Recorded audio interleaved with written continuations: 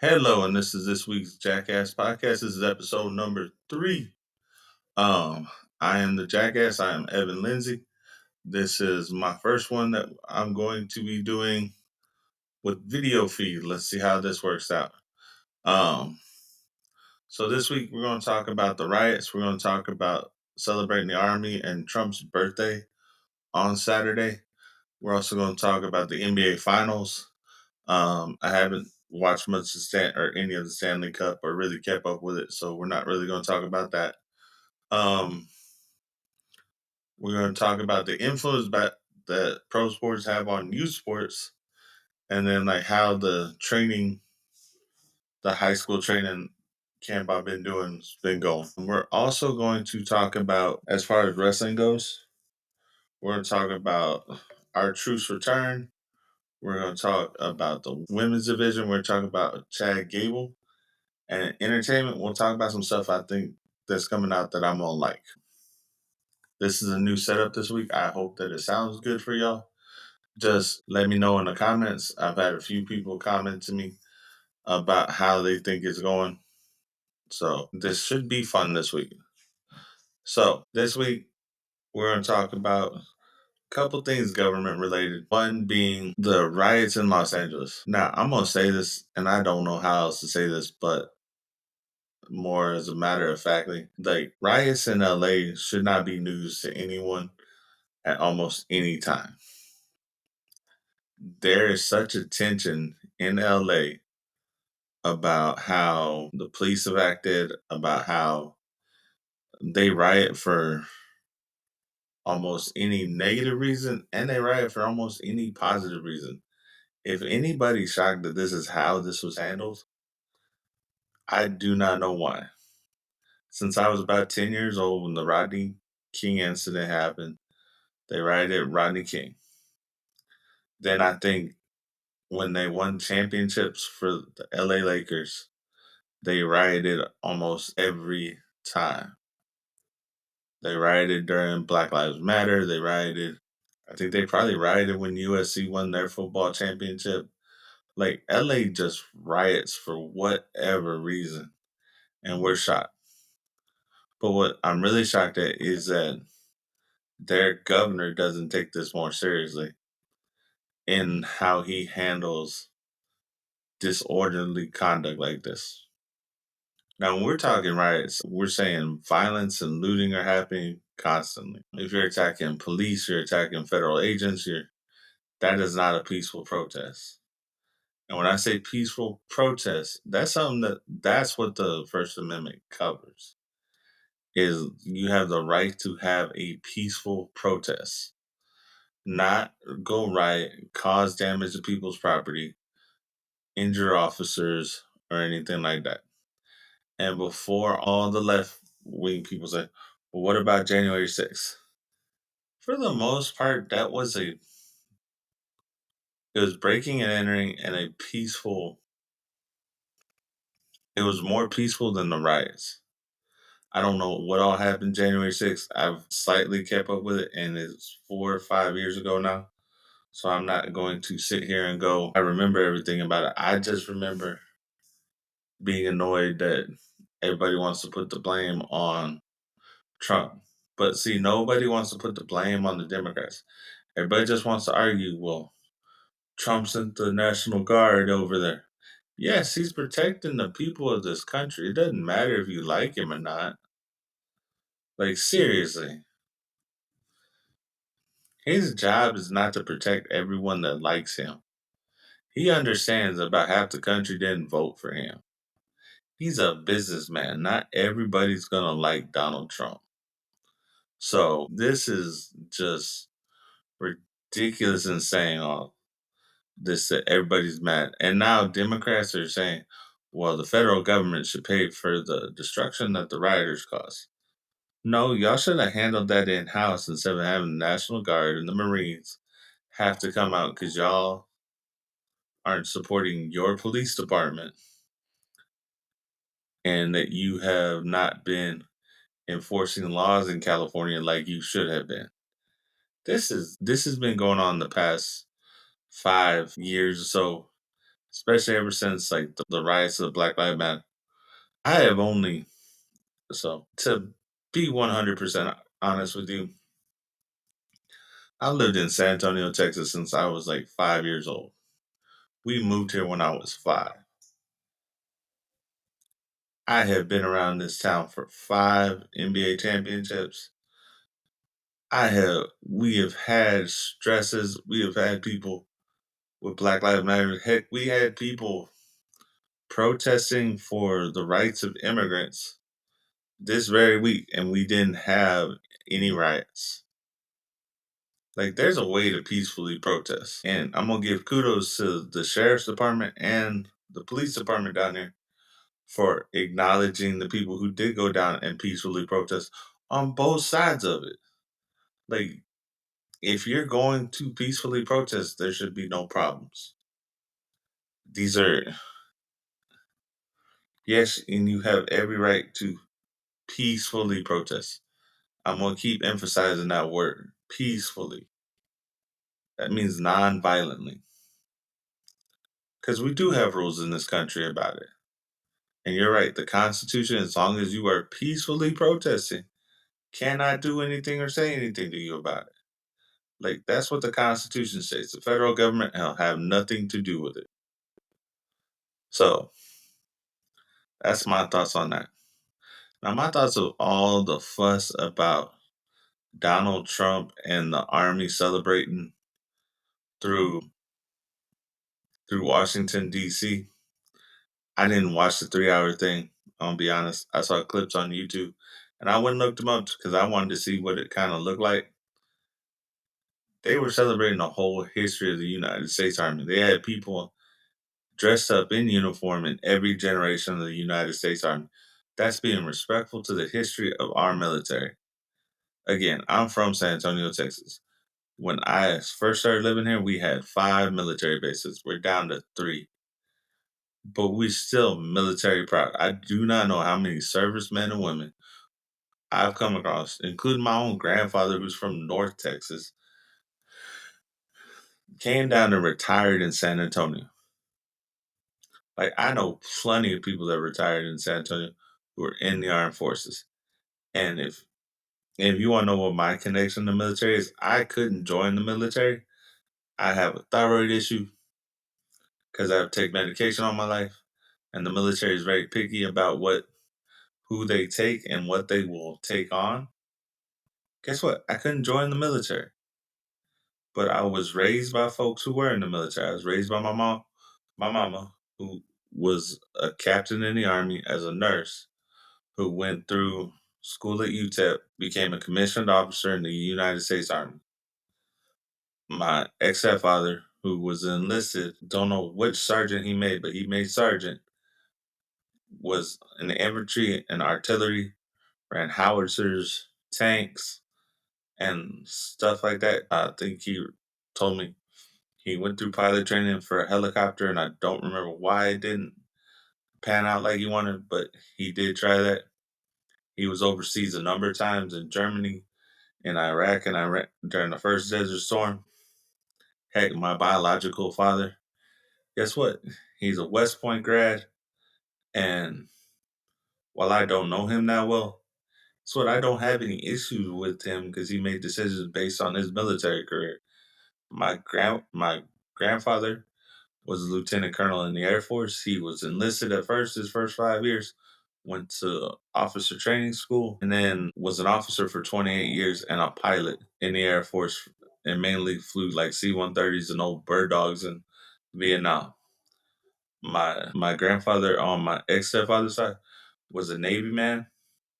I want to say during, I don't know which wars, but I know he was in the Navy. I never really heard stories from him. One of my great uncles was in the Air Force. I have countless family members and friends who have been in the military, and I usually love and get along with military people. So, why people are having problems? There's something that Biden's administration set up last year during 2024, just because Trump made news. Oh, well, it's also my birthday. Oh, great. It's his birthday. So he's piggybacking on a celebration that's already happening that he's going to be at because he's commander in chief. And everybody having a fuss like he planned the whole thing. No, celebrate the military people that we have. Just like you go through, celebrate your towns. The people who do civil service like this, who are who do military work, Air Force, Marines, Army, Navy, National Guard, Coast Guard, even Space Force, which kind of to me still sounds funny, but us having a Space Force. But I think that's cool. People at NASA and officers, fire department people. We got so many people who are there to protect us, and that's their job. And we give them grief because they're following what their job is. So I think that what Trump did was fine. I think that the way people have acted about this has been just off kilter and off base.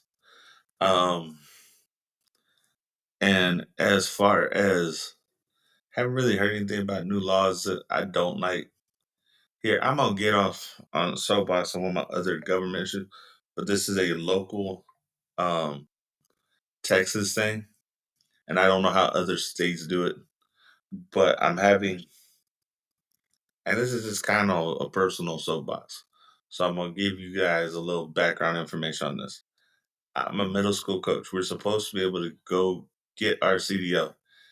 As a youth, or when I was younger, up until for a long stretch of time, I did not have a valid driver's license. So I got caught a couple times without my driver's license and got driving with an invalid license as a ticket.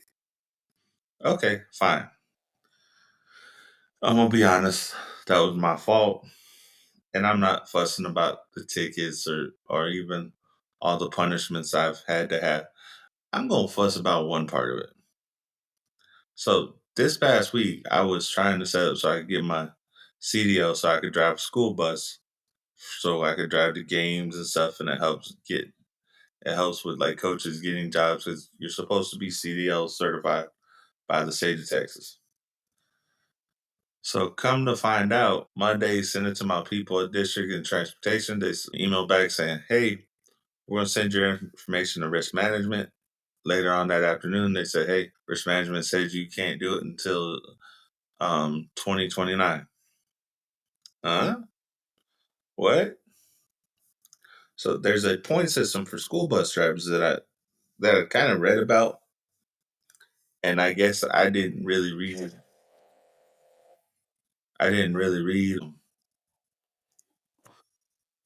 what was on all the lists. Like I glanced through it just to see, and come to find out, this is like a 12-page list, and they have about 3, 4 pages for stuff that's 1 point against you. They have like 2 or 3 pages for stuff like maybe another 3 or 4 pages that's 3 points against you, and then they have what they call some 10 point stuff. And this is what I don't get about this. This is a list made by Texas Department of Public Safety.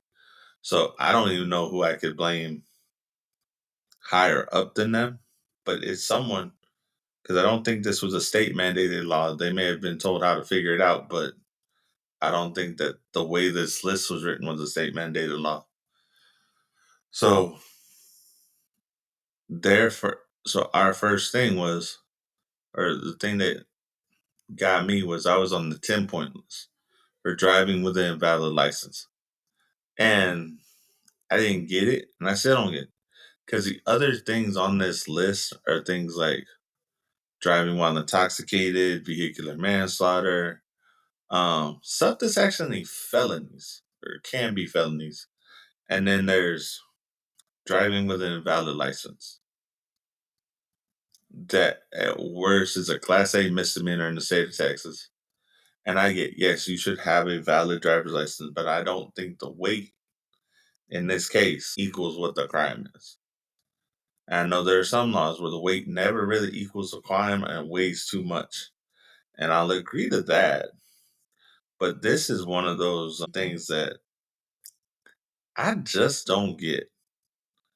And yes, it's because it's biting me in the butt is why I don't get it. But someone needs to really kind of explain to me how you say DWI and vehicular manslaughter and stuff where people get injured weighs the same as driving with an invalid license. Standalone. Like they're not apples to apples. It's not oranges to oranges. If you told me, hey, it's like a 3, 4 point thing, man, I get it in a heartbeat. Because the other thing that has struck me about this is so I paid off the tickets or paid off the warrants when I got them as warrants. And guess what? The last time I paid it off, I had just gotten my license back, validated, retaken all my tests, and when I was waiting for the actual driver's license, that's when the state sent me about a month after I paid the warrant. They sent me my bill saying, "Hey, here's your bill for this." And or it wasn't a bill. They sent me the fact that I got suspended again starting in May, and they sent this in June. So I had 2 more years suspension for it and I think it's subsequent every time that you get driving with an invalid license. Okay. I tried to appeal it, didn't happen. But so my journey for this is my 4th year as a coach, and it's gonna be 4 more years before I can drive a bus.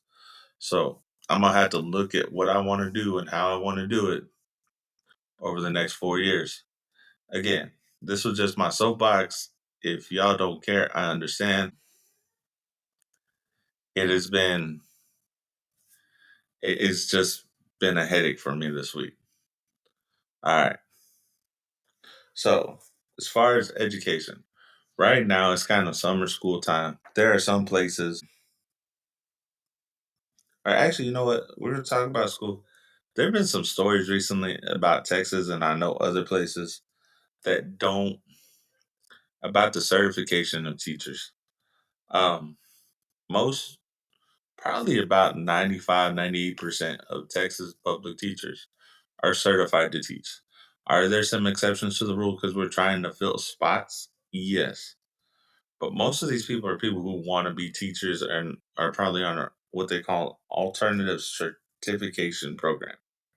Blah, I couldn't say that for some reason today. And most of those teachers, like I worked with one, they don't get to do it until like they don't get paid fully. They don't. They're on a shorter leash than a regular teacher, and they should be because they still have to get certified. Now, if you don't know what I mean by get certified, so in the state of Texas, and I'm just going to talk in the state of Texas. This may be like it is in most states, but in the state of Texas, you have to take a certification test to teach whatever classes you're going to teach. Every teacher in the state has to take one called a pedagogy test. That's basically about all the theories of teaching and how they apply in the classroom in a perfect world situation. Then you go in to different certifications. I got 5. All right. I have 5 different certifications that I can go teach. I'm pretty much like a jack of all trades. And like with most things when it comes to testing, it has changed. The way the certifications are kept has changed. I know some of the people I've taught with recently had lifelong teacher certifications. They didn't have to repay for theirs every 5, 6 years. I didn't get that lucky. I have to repay for mine like every 5 years or get recertified. And just so everybody knows, the way that you actually do that is through all your teacher choice hours, all your CPE hours, which are basically like professional development hours while you're on the clock at a school. And just re-putting in the certification. It cost me like $20 this year to get recertified for my 5 certifications. And my 5 certifications are this. I'm a special ed certified teacher. That means that I know the rules to write the IEPs, protect this kid from being made fun of if I can, and just all the stuff that goes with special education, what different diagnoses are. And if you don't know, you can go find it out. It's not that hard. In bigger districts, you have people on campus that can tell you where to go. I'm also PE certified because that was what my degree was in. I have a bachelor's of science in kinesiology, which is basically a fancy way because Texas didn't want to put that we were going to be PE certified or PE teachers on a degree. So we have a bachelor's of science in kinesiology to sound more professional. That was an 80s thing, and I don't think they've ever taken it back because I know some of you are going to be like, what's kinesiology? Basically, it's the study of active movement. I'm also certified generalist 4 through 8. That means I can teach any of the 4 core subjects in grades 4 through 8. I'm speech certified. So I can teach speech class, I want to say 7 through 12. And I'm health certified kinder through 12. So I can go teach a health class at any grade level that I see fit. Um,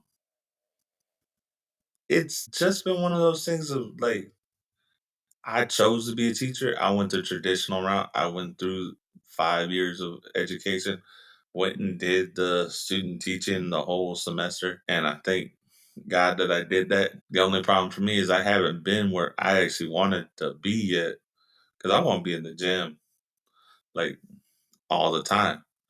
But I just haven't gotten there yet. Hopefully, eventually I do. But since I'm special ed certified, I'm usually in a special ed classroom. This year, I'm going to be back in a behavior classroom or BMC, behavior mastery classroom or something like that. I think is what it stands for. Um, with base access, which is basically a place where kids can come and regulate themselves um, back to a state where they could be in class. And that's my job right now. And I actually enjoy it. Some of those kids can be knuckleheaders, but I enjoy the knuckleheads at the school. Do I think that the state needs to tighten the reins on what's going on? No, I think that you guys need to loosen, like, help public education and the educators get more people in the job, right? But because you keep adding stuff to the job and people see it, and then they go like, well, I don't want to do that anymore. Man, you're making it hard for people want to teach. And it's not just local government, it's not just districts. It's legal actions taken against the schools that result in some of this happening. It's some of the federal laws that have come along in the past 25 years. I'm gonna repeat it again. No child left behind is the worst thing that's ever happened to public education. Because you've made it harder for the teachers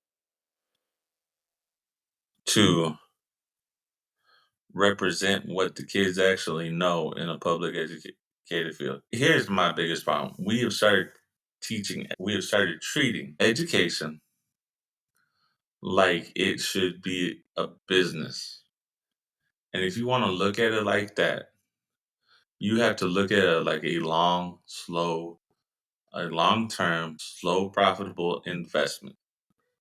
My job as an educator is to continue what you as a parent do at home in some ways. My job is to educate them on core stuff. So if you don't understand what your core subjects were, it was math, science, social studies slash history, and English, because that's the language we speak. Whatever language it is, that's what we speak. And then giving them opportunities to culture themselves in stuff like fine arts, whether they want to be in arts, theater arts, higher, dance has become a popular one, and band and orchestra. Like, that's our job. We give them things to do. And then athletics, having athletics at school is a great thing. But my job as a teacher is to teach your kids 2 things: the basics of what they need to know and understand. This is my personal view. I've never really heard it like this, and I'm gonna say it like this though. The reasons that we teach math, there are underlying reasons we teach each subject. We do English with reading and writing so your kid can read better, understand what they're going to be reading, and write better and speak better. Those 3 come up. If y'all don't know the TEKS, the Texas Essential Knowledge and Skills, which is what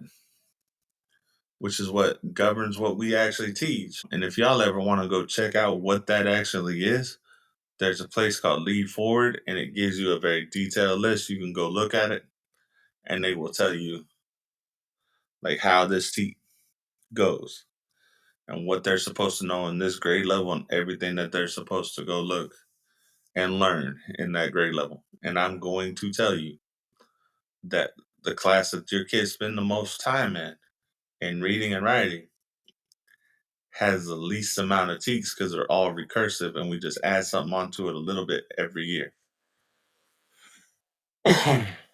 So that's to teach your kids to read and write. Encourage your kids to read. Because if your kids read better, they're going to speak better and they're going to write better. If they write better, they're going to speak better, they're going to read better. Like that is a triangle of stuff. So of course your kid when he speaks right now sounds like a text message instead of like a whole full sentence because that's what he knows or he or she knows and that's how they grew up and that's how you let them talk at home or that's how they talk around their friends. So of course that's going to be the thing.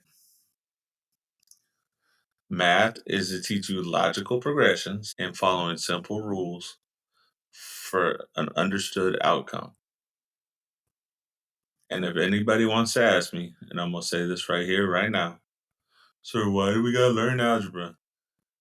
The basic and most simple answer is to figure out your damn paycheck and your taxes. There's a math problem, and it's dependent and independent. And guess what? It fits with an hourly paycheck or a daily paycheck or a salary paycheck, just depending on how you're paid. That's why. Science is supposed to teach you to ask questions and how to find out the answers. That's what basically the scientific method is. I'm going to ask a question and I'm going to figure out what the answer is. That is what I'm supposed to do. Social studies and history teach you what we've done in the past so we don't do it again in the future and to have empathy. Because if you can't put yourself in someone else's shoes, there is a problem there. Those are the reasons we teach these core subjects. And then everything else off of it is kind of uh, not in a bad way, just in that it doesn't have the it has a needed weight, but those are more interests um than what's necessary to run or to be a citizen in this country. And really, this whole problem, all of this starts at home. It doesn't start with the teacher.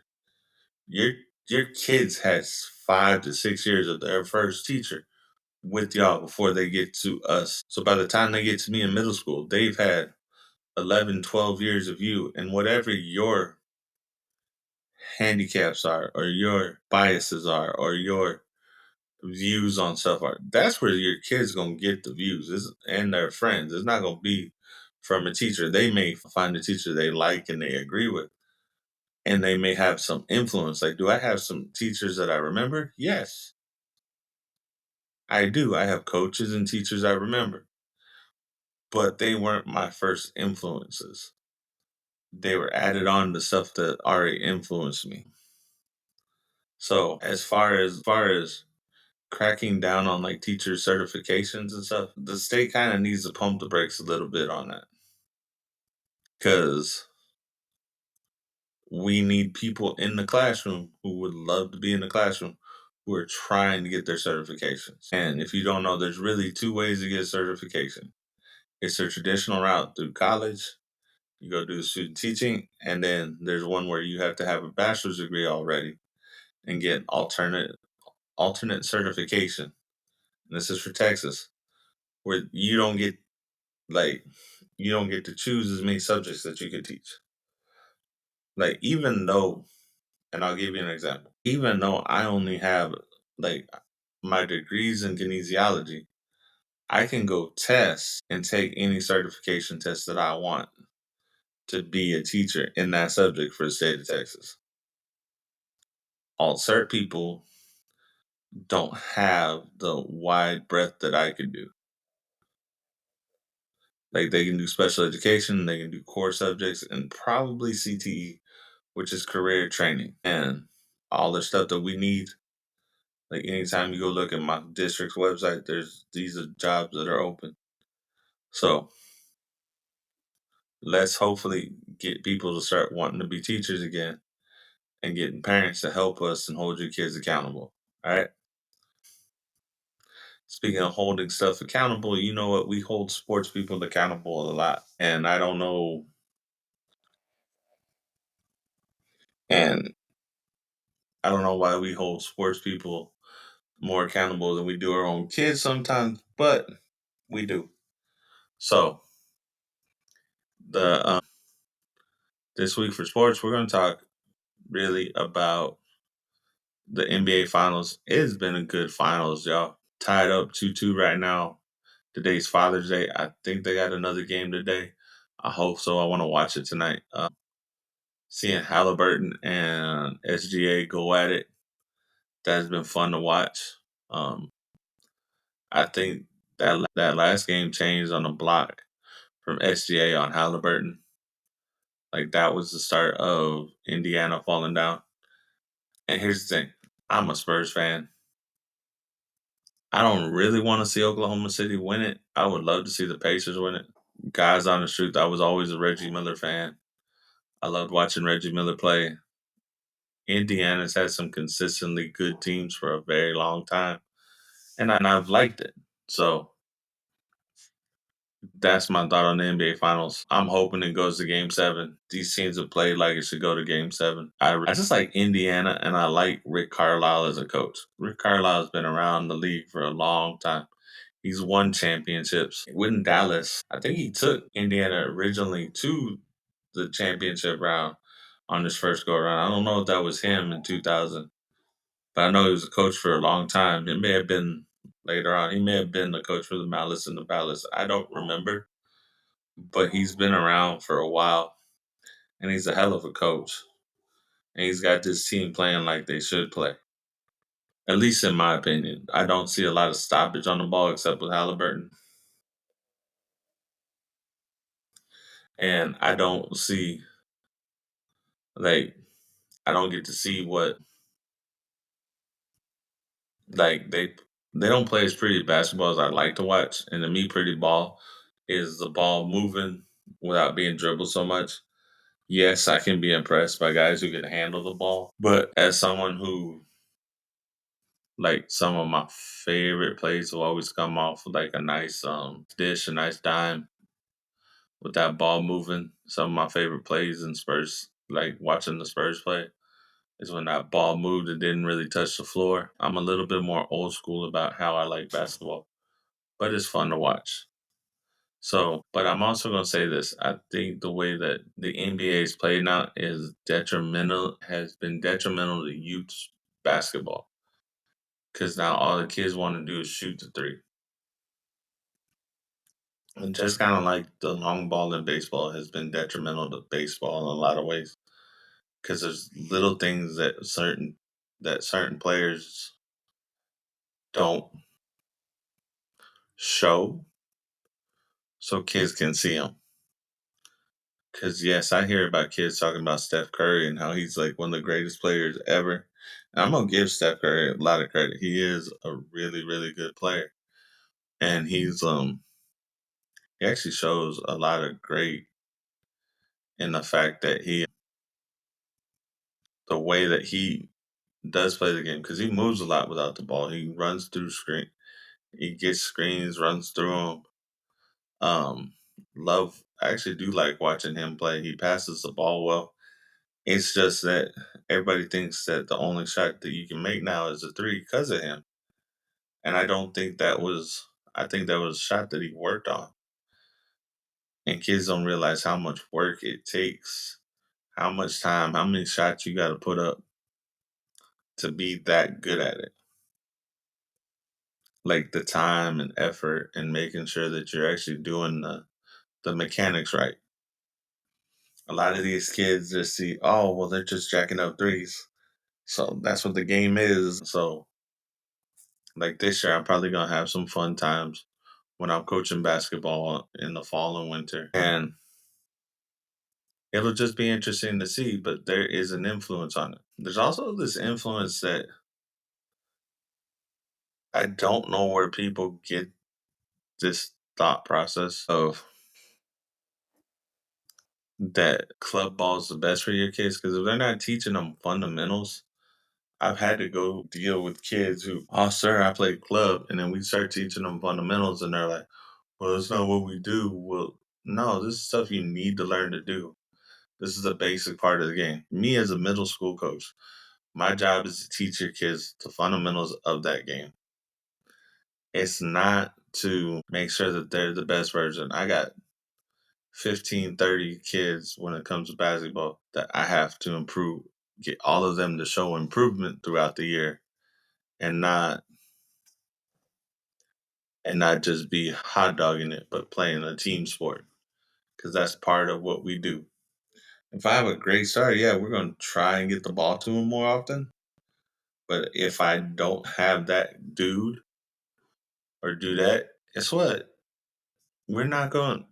We're going to play team basketball, play old school Spurs, old school Detroit basketball, play physical, be aggressive, and just play smart. And I want kids to learn to play smart in sports and not just play for themselves. And I think that's the influence that a lot of people have had because it's all about you. But if your kid can make other people look better, it will make them look better. And I think that's something that we need to preach to the kids. Everybody got to put in their work. Everybody got to do their thing. And then if we make everybody look good on the team, the stars will shine through. So that's my thing today on sports. Fantasy wise, I think I'll start going over like we'll start going in depth. I think next week I'm gonna come up with my fantasy my top 10 quarterbacks for fantasy this year and give you which rookie I think's gonna do good. Go listen, like I'll go start listening to some stuff about the mini camps that just happened for a lot of teams. I know I've heard a lot about Shador Sanders, heard a lot about how the Cowboys look with Dak and George Pickens and CD Lamb, but I'm not really gonna go heavy into it till I hear they put pads on and they play other teams. And even then, not till the first week am I gonna be like so hardcore about what my thoughts are. My predictions, I'll give you my predictions. I'll tell you what some of my dynasty rosters look like and what my thoughts are gonna be on those players this year. So, but as far as fantasy sports go, man, I'm looking forward to it. I may join the Guillotine League. I may not. I don't know yet. That one sounds interesting.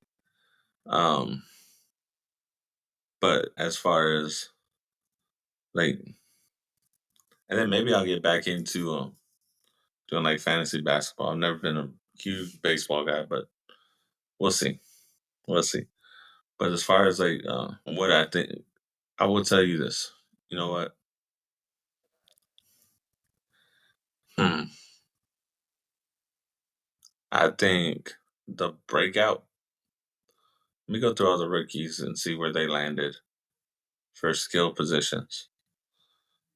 But I think the teams that are gonna have a couple breakouts players on them.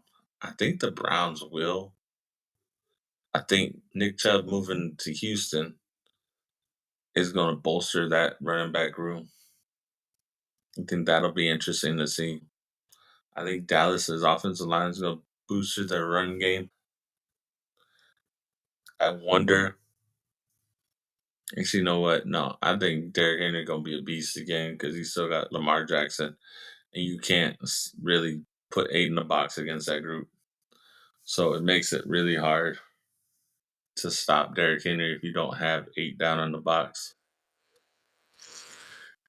And I think they got a receiver too this year.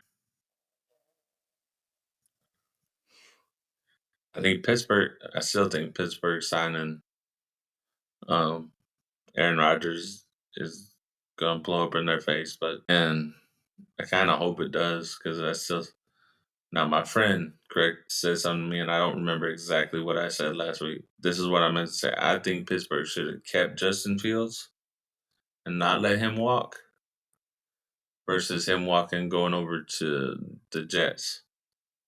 That was what my thought was. I think at the Jets he's going to do well. He's got a good back in the backfield. I think they have a decent offensive line. They're probably still going to have a decent defense. And they got a couple people on the outside that can catch the ball for him. And he's going to be mobile. He's going to just be a dual threat. I think he learned hopefully from being around Russell Westbrook and not Russell Westbrook,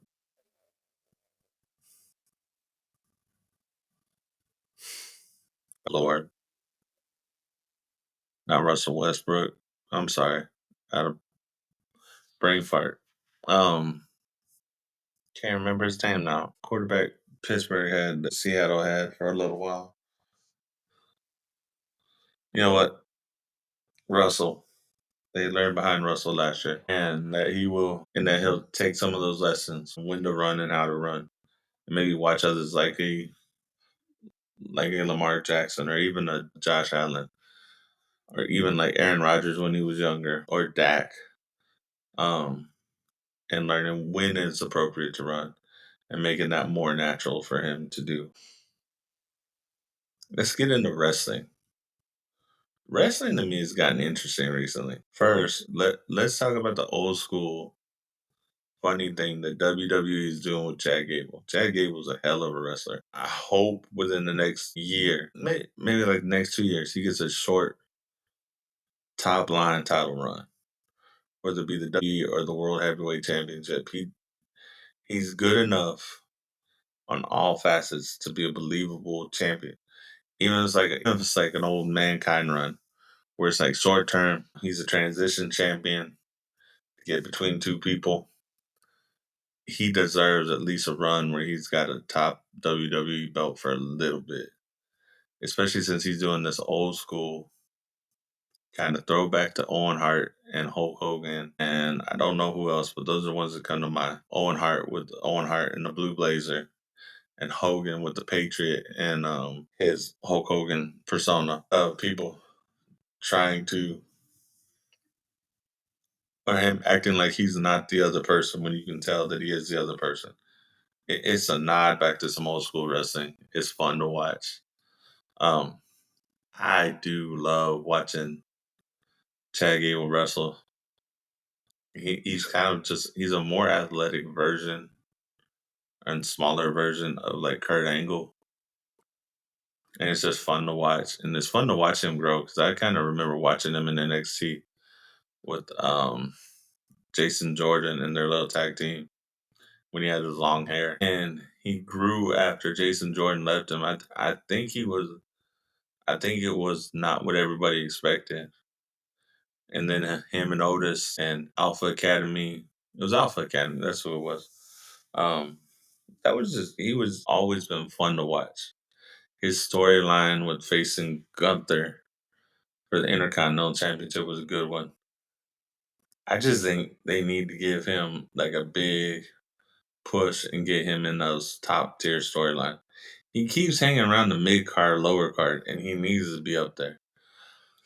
He's showing his athletic ability as Grande Americano, the luchador, and that's been fun to watch. That whole luchador story with him is kind of been interesting, and I think it was a good way that the WWE kind of, I don't know if it was purposely the whole time, but use it to introduce like the AAA stuff and bringing that stuff in, and that was fun to watch. So the other one I want to talk about is Ron Killings or the Truth, our Truth, his storyline so far.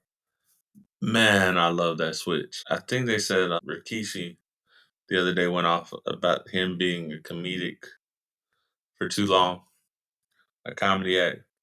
Dude, he killed it as a comedy act. I don't think you can discredit that comedy act. Our Truth has had a Hall of Fame career already.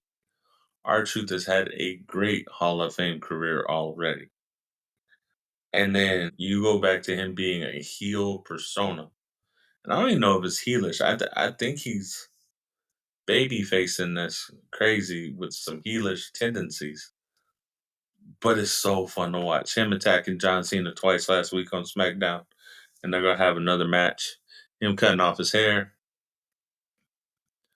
just being Ron Killings. Which, if some of y'all don't know, this is more the character he had in TNA than him having it what he's had in WWE. Because he was a little side act when he first came into WWE as kid. I think he was K Quick with the Road Dog Jesse James, and they had a tag team run. Then I don't know if he got released or just the contract fell through, and then he went over to TNA. Him and Jesse James and Conan, and they had their three, they had their little crew, two live, I don't know what it is, three live crew. Um, and then the James gang, and then when he came back and was R-Truth, kind of babyface, but he wasn't a comedy act, and then he was in that tag team, the Awesome Truth with the Miz. Because remember, the original run of that was him healing, or them being heels, and having a main event match versus John Cena and The Rock at Survivor Series. And like they weren't the good guys in that match. It was fun to watch. I think the past couple of years, yeah, he's been a comedy act, but man, it's always been funny. There have been cringeworthy moments, but man, it's been funny. The stuff with the Judgment Day was great. The stuff with him acting like he didn't know who people were and just being crazy, calling Tommaso Ciampa Triple H and Triple H Tommaso Ciampa was just funny. It was funny stuff. But seeing this run, man, this is going. I don't know how this is going to end. I think you know what? It could be creepily cool if R-Truth's the one with the championship at the end of John Cena's run. And what I do love about the last John Cena run, I didn't write this down, is them going through um, the old rivalries. Man, the one versus Randy Orton, that was a good storyline. The stuff with CM Punk right now, and CM Punk is just cooking on the mic. He is awesome on the mic.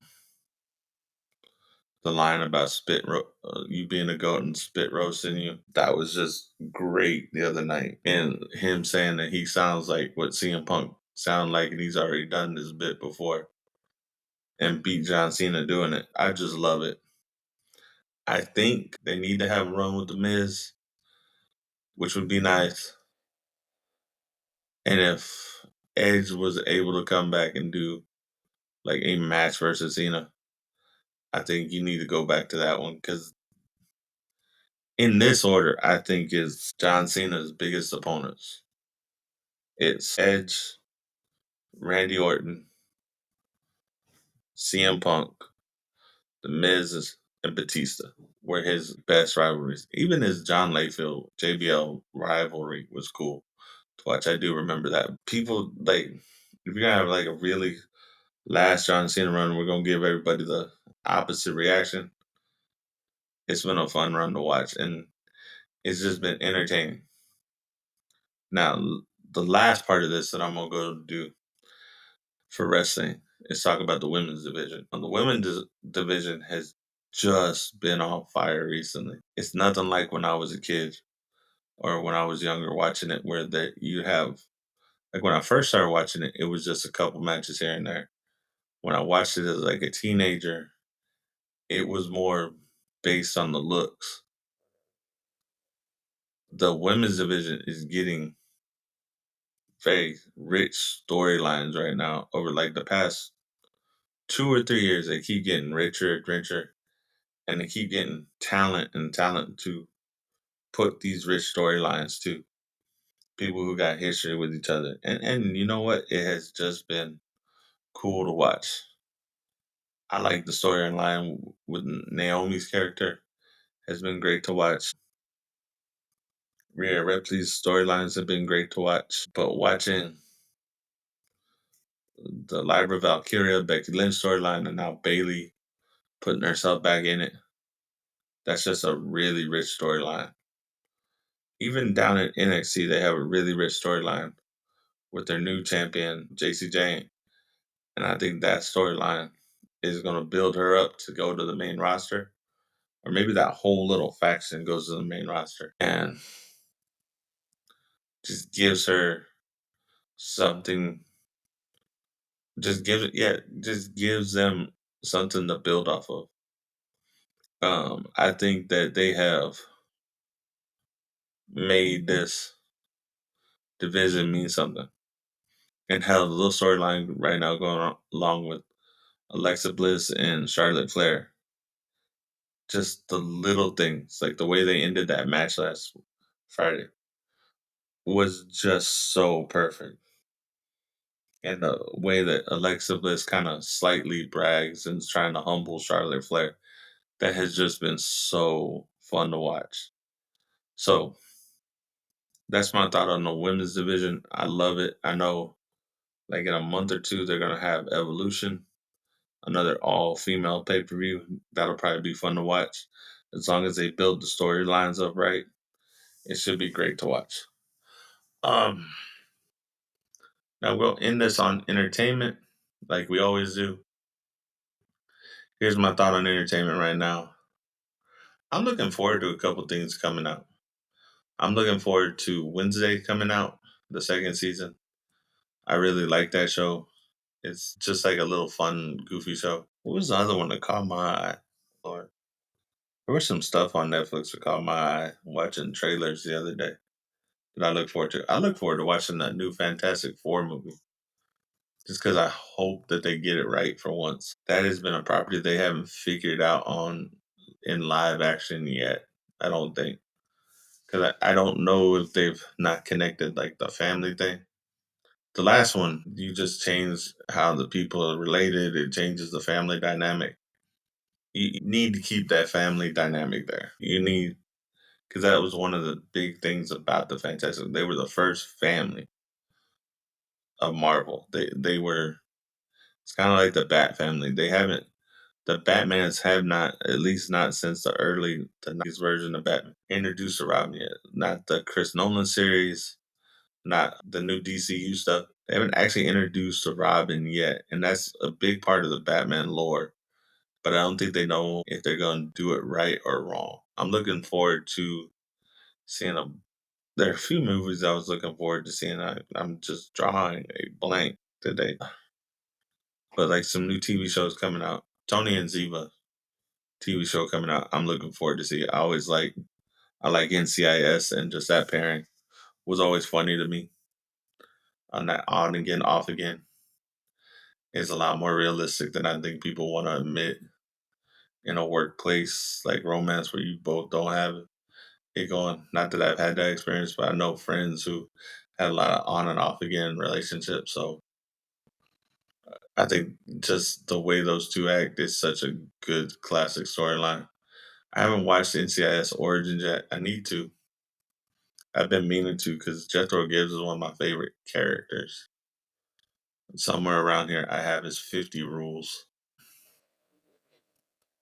I may make that a poster this year just for kids to read.